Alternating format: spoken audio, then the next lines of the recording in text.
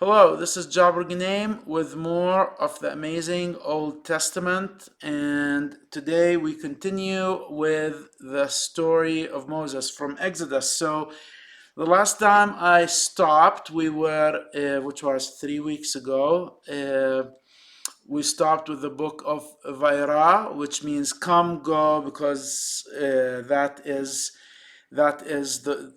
the most significant thing. Moses wants to go.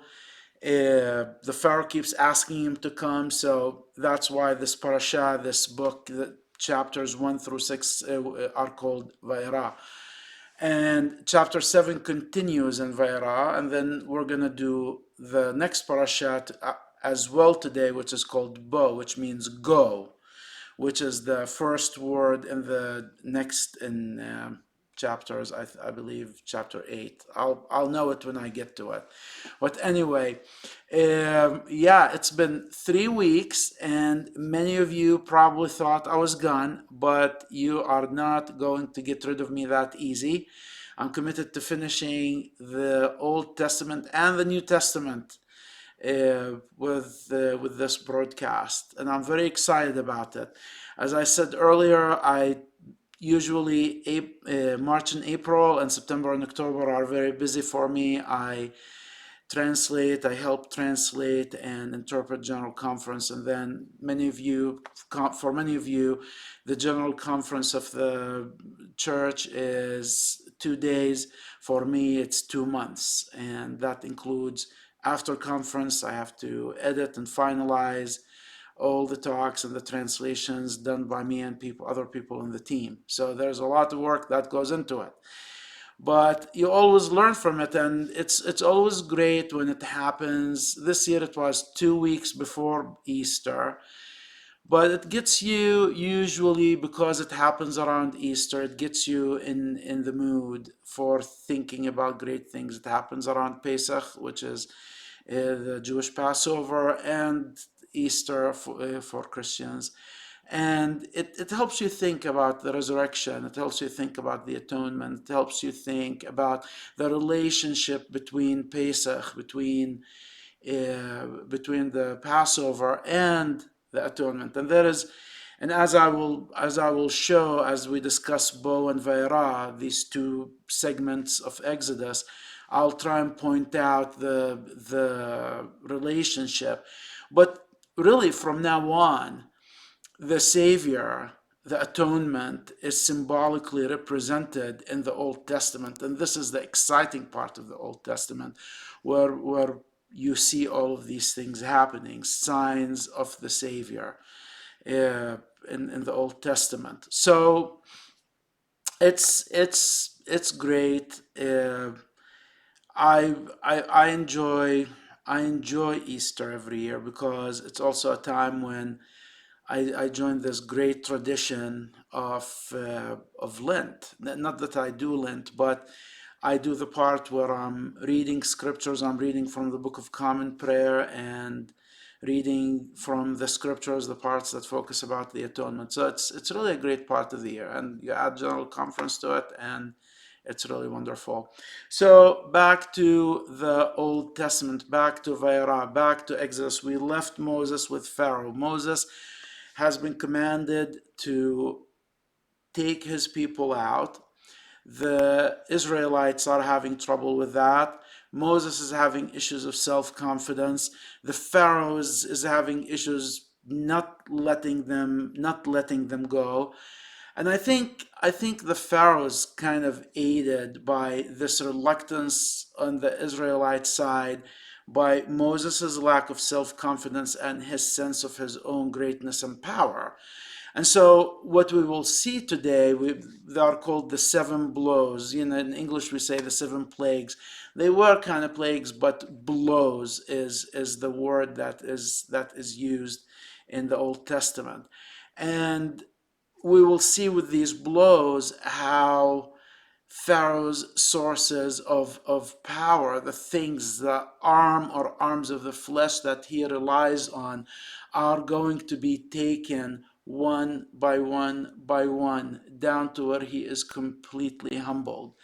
And this is the way it works with the Lord. I think he sends warning signs. So starting with chapter 7, in verse 1, the Lord is assigning Aaron to Moses as his spokesperson, but Moses is going to be the rabbino. He's going to be the rabbi. He's going to be the teacher. And Aaron is just a mouthpiece. Aaron just is an instrument in the hands of Moses, who is an instrument in the hands of the Lord, and they are confronting Pharaoh. And again, he's starting him with the end in mind. He's telling him what the end game is. Pharaoh's going to harden his heart, because he knows Pharaoh. He knows what Pharaoh relies on. He knows what Pharaoh's agency tends to do.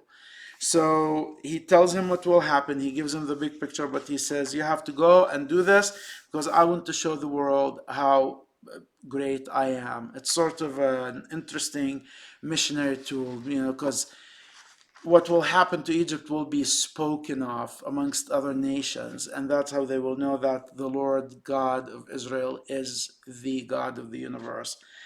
So Pharaoh, the first thing he relies on, so Pharaoh and Aaron are there, Moshe and Aaron are there before Pharaoh. And what is Pharaoh's first thing? It's the wisdom of his wise men. It's the wisdom of his scientists, of his doctors, of his analysts, of whoever they are, of his generals, those people that he has surrounded himself with. And ancient Egyptians were very knowledgeable people. They knew a lot about astronomy, the movements of the planets. They had calendars. They could predict things like the flooding of the Nile. They did many amazing things. They built the pyramids, of course, we know about that. So he calls in, and it starts being tit for tat. Moses's stick, I'm going to call it a stick here, not a rod, because that is the Hebrew Arabic word asa. He's using his stick, and he turns it into a snake. The snake is a very important symbol in ancient Egypt for resurrection, for healing, and the stick manifests as is turned into a snake. The magicians produce a similar thing, but Moses's stick devours all of the snakes of the magicians, and Pharaoh refuses to do anything. So that's, even though the scientists are humbled, the wise men are humbled, the first blow will be against the most important thing in Egypt, which is the Nile. And the Nile is the source of life. The water of the Nile is the source of life in Egypt to this day. But in ancient Egypt, it was even more so. And so this messing with that in any way messes with the whole Egyptian economy. And so Moses is commanded to dip his stick in the Nile, and the Nile turns into blood. I'm not going to go into how science deals with that. There are some scientific explanations, some natural phenomena explanation, but the water of the Nile becomes bad for consumption, for human consumption. And so that is the first blow. And as a result, all the fish is dead. The fish, the source of meat, the source of protein for ancient peoples, and an easy source of protein for Egyptians is gone, and everything turns into blood. And even in their vessels that they use to cook, even in their stones, and it's complete annihilation. And so the Egyptians are very crafty. They try to dig wells around the Nile, and they are drinking, but it is hard. So in verse 26, Moses goes in, asks again, let my people go. And he tells Pharaoh in advance, if you don't do this, then the next blow will be the frogs. Now, I'll talk about frogs in a second here. And, uh, and of course, the Pharaoh refuses. And so the frogs. Why frogs? I always wondered about that. Why frogs? Because frogs were the ancient Egyptians actually had a goddess who was, I believe her name was Heke. She sometimes manifested with the head of a frog. It was a sacred creature for ancient Egyptians. So why are they hit with frogs? It's a dear symbol to them, but frogs all of a sudden start coming out of everywhere, filling homes. It's going into their brick ovens. It's dying in the thousands and hundreds of thousands and millions, and it's stinking the land. So something that is a sacred symbol becomes a source of stink, a source of uncleanliness, and and we know that the Egyptians were very peculiar about their cleanliness, about their purity. That's, if you remember, that's why they wanted the Jews to be separate from them, because they considered the Jews unclean because they were shepherds. So the frogs are everywhere, and uh, but still, the Pharaoh is not accepting this. He's not letting the people go. So the third blow is hitting the dust of the earth, and the dust of the earth turns into lice. So why dust? What's the significance of this? Significance of dust is that, I think this is kind of a poetic justice, because earlier it talks about the frogs, and I missed my spot here, but earlier the frogs are coming out with all the mud from the Nile on them, and they are making everything dirty. And now we have the dirt. And the dirt and the mud, and it's what the Egyptians had the Israelites make bricks from. So it's sort of like this poetic justice. And the dust turns into lice, again attacking their sense of cleanliness and purity. And I don't know if anyone who's listening to this is familiar with a lice infestation. My mother, when she worked for UNRWA, when she worked in refugee camps in Palestine, she was a school principal, and refugee kids would come in the morning usually with lice. Uh, that no water, no showers, no cleanliness like we have today. So they had to use DDT, and the students they'd spray them with DDT, which is horrible to think about. And then they would use like kerosene to clean the hair. So lice is horrible. It makes you totally unclean, and not especially for priests doing things in Egyptian temples. That would have been horrible. But Pharaoh still isn't is his heart is just getting harder and harder, because he's being attacked in his wealth, he's being attacked in the economy, he's being attacked in the health, in his personal health and the people's health. The whole Egyptian economy is basically grinding to a halt. But he still refuses. And so the next one, insects, again attacking the sense of cleanliness. So the insects come in, and finally it's too much. So in chapter 8, verse 20, there are so many insects in the house of Pharaoh, he can't handle it. He calls Moshe and Aharon, he calls Moses and Aaron, and he says, go and give sacrifices to your God. But he's not letting them go completely. He wants them to stay in Egypt. He doesn't want to lose these people. For economic reasons, of course. He wants his labor, he wants his slave labor. But Moses says we can't do this, because they are slaughtering sheep, they are slaughtering animals, and the ancient Egyptians considered those animals sacred. They had a god or a goddess that was in the form of sheep, and so if we slaughter sheep, in Egypt, the Egyptians will be offended. So this shows you that Moses and the Lord was aware of Pharaoh's trickery. I think Pharaoh wanted the Israelites to do that in Egypt so that the population, with everything that's happening, with all the economic and other instability, and we all know what it's like to be living in the midst of a plague and having economic difficulties. We're living in such a period right now. Populations tend to be unstable. People tend to start thinking in strange ways. And I think that was the mindset of the Egyptians. And he wanted the Egyptians to basically do the job for him and go and slaughter the Israelites.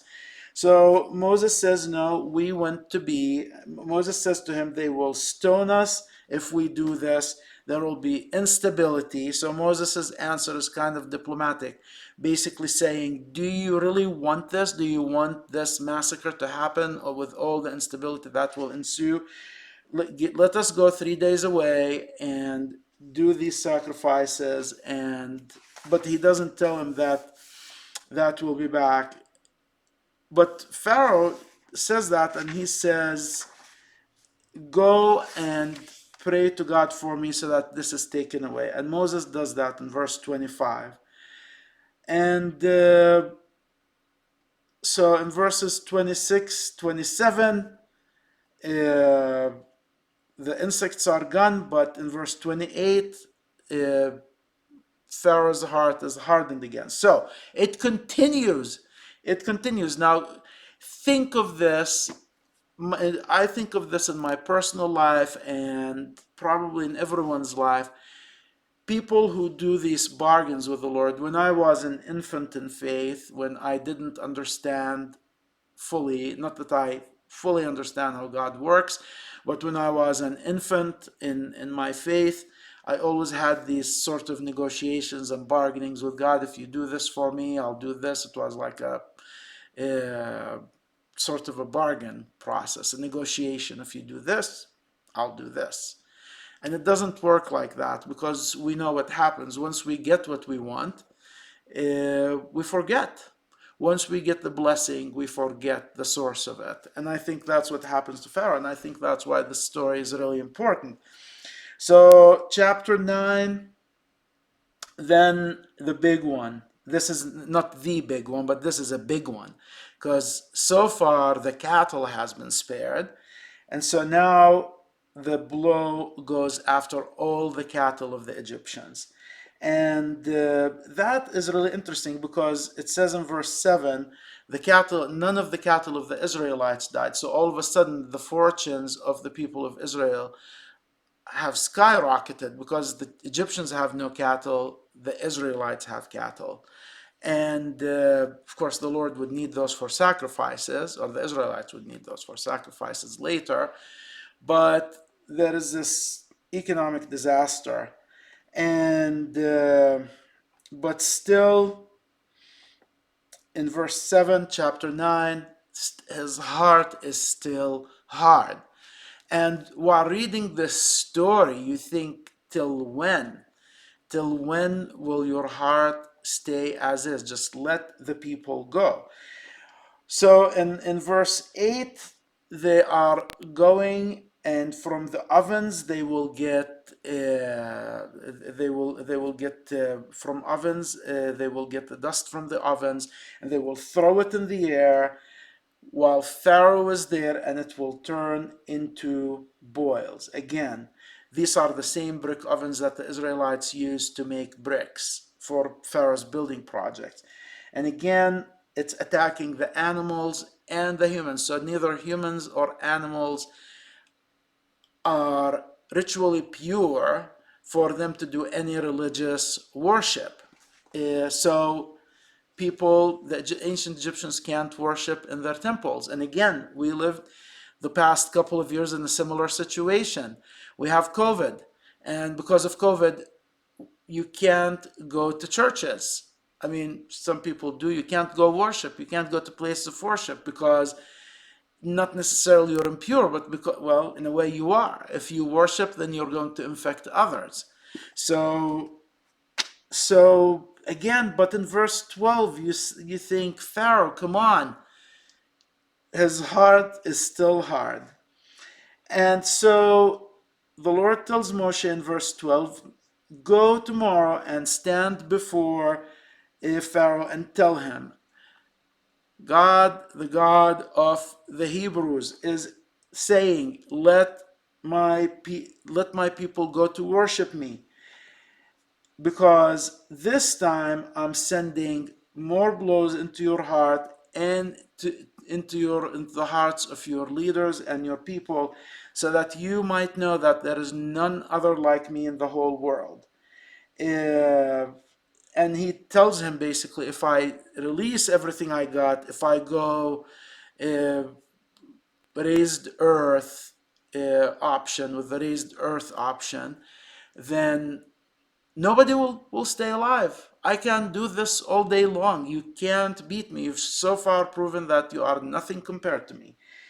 And he tells him, I will send hail. So hail in Egypt, those of you who know the environment of Egypt know that hail is a rarity. To snow in Egypt is something that happens every 20, 30, 40, 50 years, and it happens for maybe a couple of hours, but it all melts and goes away. Uh, Maybe with global warming and everything, we'll see more of that now, but hail in Egypt, especially in the area where this is happening, is a rare thing. But I'm going to send hail. And he says, he basically warns Moses, and Moses goes out, and there is hail, and he prays, and he stretches his arms, and there is hail, and there is a voice. There is a voice, of course, hail. There is thunder. There is lightning. It's a scary scene, and but there is hail, and there is, in verse 24, it says there is a fire in the middle of it. So this is a wonder by itself. I don't know what the fire was, but there is fire and hail at the same time. And what that does is that it kills all of the trees. It kills all of their agricultural product. It kills everything that is in the desert, everything that's in Egypt. Humans, everyone who hasn't taken shelter is killed. And all the grass, all the trees, disaster. So in verse 27, Pharaoh seems to be humbled. He says, I have sinned this time. God is just. Me and my people are oppressors. Please ask God to forgive me. Let him take this away from me, and I'll let you go. And so Moses goes out, and he does that. But verse 34, when Pharaoh sees it's gone, he goes back to his thing. So now chapter 10 is the next parasha, which is Bo, and which means go. It continues. So in verse 3, he says, Moses says to the Pharaoh, I came here to you so many times. How many times will you do this? Let us go, let us worship, let us go offer sacrifices. But the Pharaoh is bargaining. The Pharaoh wants them to keep their cattle because they've lost all of their fortune. So he wants to keep something. And he says, you leave the women, you leave the children, only the men go. And of course, that is not a good deal. The Lord doesn't want that. So now we get the next plague, the next blow, which is grasshoppers. So the Lord is sending grasshoppers, and of course the grasshoppers are eating everything that the hail and the storms didn't kill. So you can imagine the state of Egypt at this, and on top of the grasshoppers, we have what's called Ahamsin. Those of you who have seen the movies about the Middle East, like what is it, MI7 with Tom Cruise and Hidalgo, the scene of the sandstorm. I grew up with that stuff. I remember living in Kuwait and we'd be playing, and then the Khamsin, the sandstorms start coming in, and they come in like this big wall of sand. Before the age of skyscrapers in Kuwait, it was all flat and buildings weren't very high.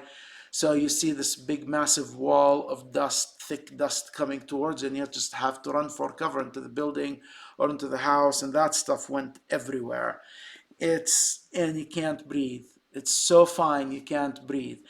And in this situation, it's made even worse because because there is the grass, the trees, everything is dead, and it makes the sound worse. Anyway, but that also is taken away.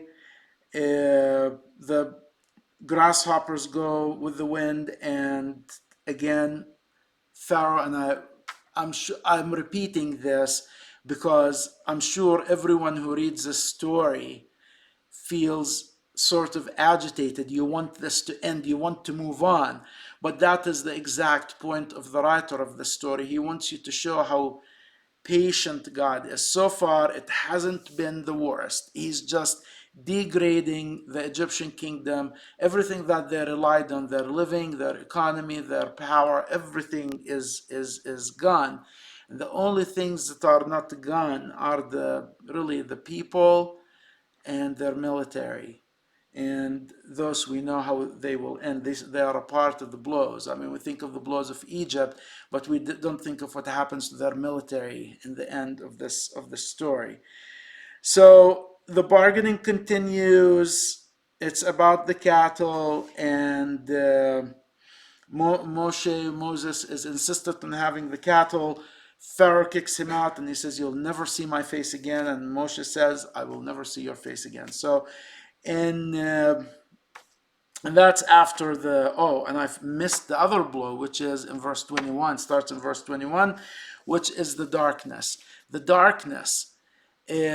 Imagine before artificial light, cities and villages and everything in the Middle East, you just can't see at night. It's very insecure. You can't see. Moving from house to house is difficult. You have to move by torch. But keeping a fire and having a fire isn't easy. So imagine having thick, continual darkness for days on end. Imagine what would happen to economic activity and social life with that in a society that didn't have artificial light. Imagine if we had COVID and we had a complete blackout, no power generation. What would you do? And that's with us living here in an age and time when we have batteries and we can generate artificial light. But imagine if you can't. And that was the situation there. So, but Pharaoh wouldn't. I mean, the darkness didn't work. Everything is not working. So in chapter 11, that is the hard one. This blow is probably the hardest one to take for anyone with heart, which is all of us with feelings, which is the final blow, which it's not final, but for purposes of the story, this is the blow that leads the people to go. And it is the Lord coming down and taking out all the firstborn. Now, if you are in that society, the firstborn in every family is a source of a living. He is usually it's the male. It's not the firstborn woman, even though in the story it doesn't tell whether it's the firstborn male or female, but most likely it's the firstborn male. I believe it is the firstborn male. And that is family's social security. And so In ancient Egypt, there is this tradition that slaves or people who work for, if you worked for someone, if you're leaving, it's a tradition, if you're leaving the country, it's a tradition that people give you things. They give you things for your service, sort of as an end of service gift. And so the Lord asks Moses to ask the Israelites to go and get from the people of Egypt some of those gifts. So the Egyptians probably, again, this is their fortunes, and they get gold, silver, they get everything. And then he tells them, I'm going to take out, I'm going to kill, I'm going to kill every firstborn in Egypt who is not, who I choose. And he says, I will not even a dog. There is a part here in verse 7 in chapter 11 about uh, even a dog will be too shocked by what will happen that it will not bark because there will be so much harm. So this is hard because you usually establish your posterity. Remember in my second or third podcast, I talked about how people built legacies in the ancient Near East, and pharaohs and stuff built legacies, building temples and building pyramids and all of that stuff. But people, ordinary humans, built their legacies, their posterity was their children, especially their firstborn, because you built your house. They call it building your house through their firstborn. And that is big. And so this is going to be taken away from Egypt. It's taking their legacy in a way. It's very significant, this last blow. And of course, this is the story of Pesach. This is the story of the Passover. Um this is in chapter 12. We learn about the Passover seder. We learn about there is a verse I like. It's verse 4. It's about equality. Everyone, they have to share their food. They have to eat equal amounts. You have to take care of your neighbor in seder. And then he gives them what to do. You take the sheep. You you you cook it with everything. You don't clean it up. You probably dress it, but you don't take anything from the inside. You just uh, grill it, and you don't even make bread with leaven, and you eat it while wearing your shoes. Basically all of these signs that you are going to leave in a hurry. And he tells them that 7 days you will eat this. You will not have chametz in your house. You're not going. You're not going. The word is escaping my mind. I apologize. Chametz leaven. So they will not have leaven, and this is leaven was looked at as a source of impurity. And so it's a symbol of you have to be pure when you do this. You have to be pure. And the seventh day would be a Sabbath, and then you keep the matzah, you keep that unleavened bread, and you take it and you keep this whole order, you keep this whole seder, you keep it as a memory of what will happen here today. And of course, in verse 22, there is this link between the hyssop that is going to be used, that Moses instructs, and the Lord instructs Moses to instruct the Israelites to take hyssop, dip it in the blood of the lamb, and paint the sides of their homes so that the destroying angel would recognize the houses of the Jews. Now, hyssop is an ingredient in a food that I love. You can't be from the Holy Land and not like za'atar.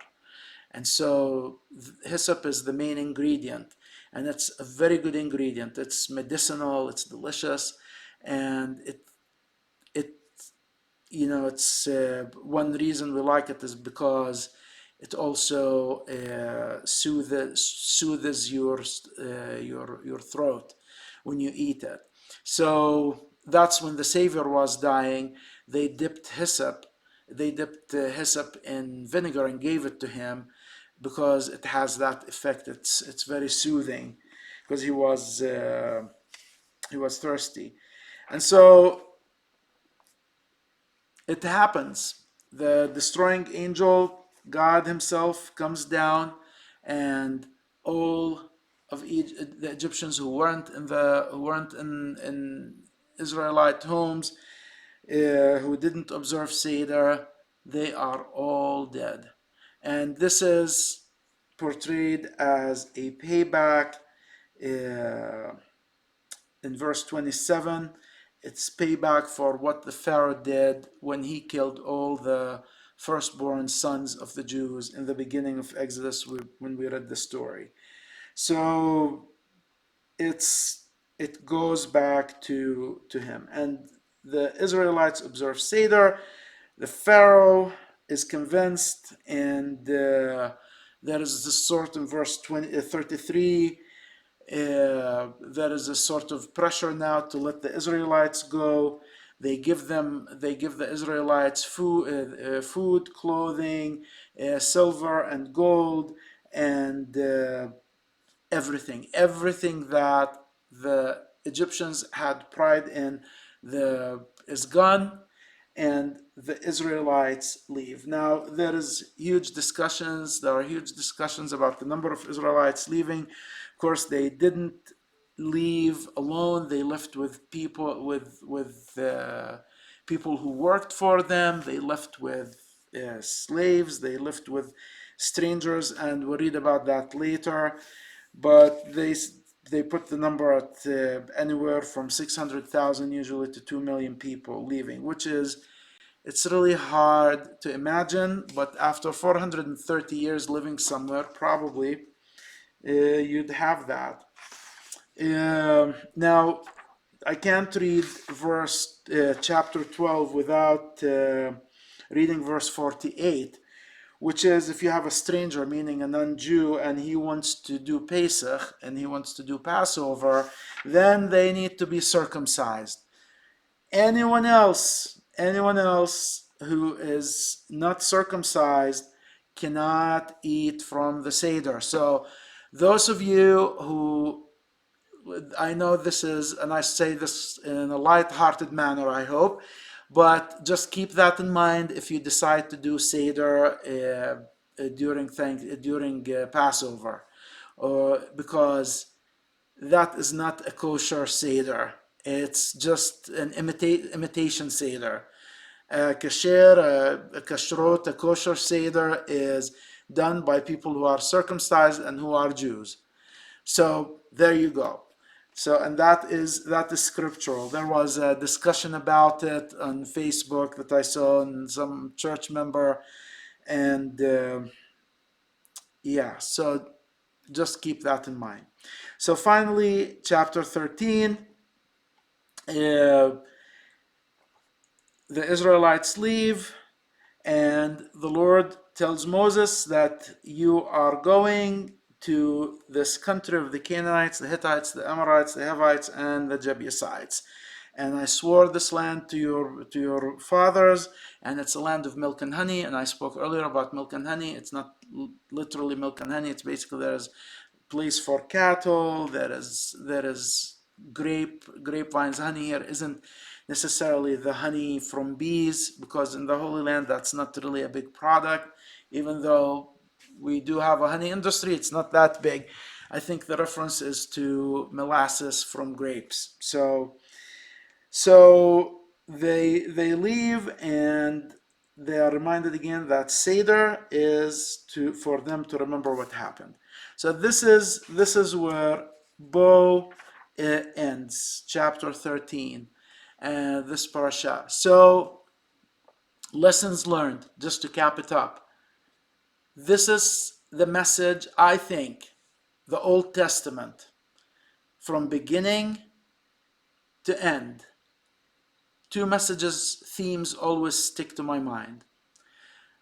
The Lord wants peace on earth, and He wants to restore peace and equilibrium to earth.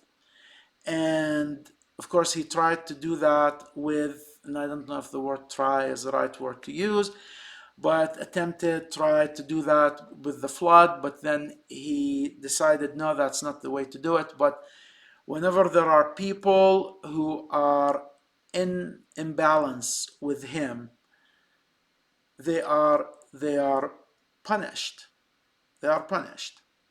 Uh, people usually who get punished and who are in imbalance are people who rely on the arm of the flesh, who rely on their own self righteousness, people who rely on their fortunes, people who rely on their power, material power, people who rely on, their sense that they are better than others, etc.